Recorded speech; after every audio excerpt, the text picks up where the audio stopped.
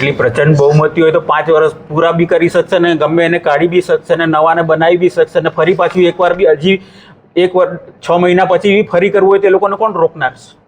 કારણ કે એ લોકોના ધારાસભ્યમાં એવી કોઈ હિંમત જ નથી કે એ લોકો પક્ષમાં બી કોઈ રજૂઆત કરી શકે કે પક્ષમાં એમને અન્યાય થતો એ વાત કરી શકે. એટલે એ તો મન ફાવે એને આ તો પેલા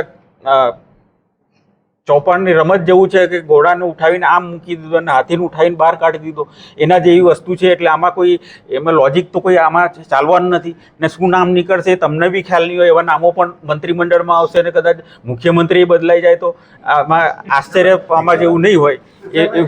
ક્યારેક ને ક્યારેક તમારા સાથી રહી ચૂકેલાના નામ પણ ચાલે છે. જો એ મંત્રીમંડળમાં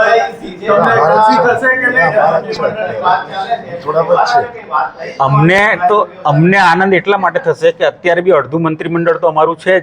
એમાં પાછા 2-4 વધશે તો અમે 75% પર પહોંચી જઈશું. તો અમારા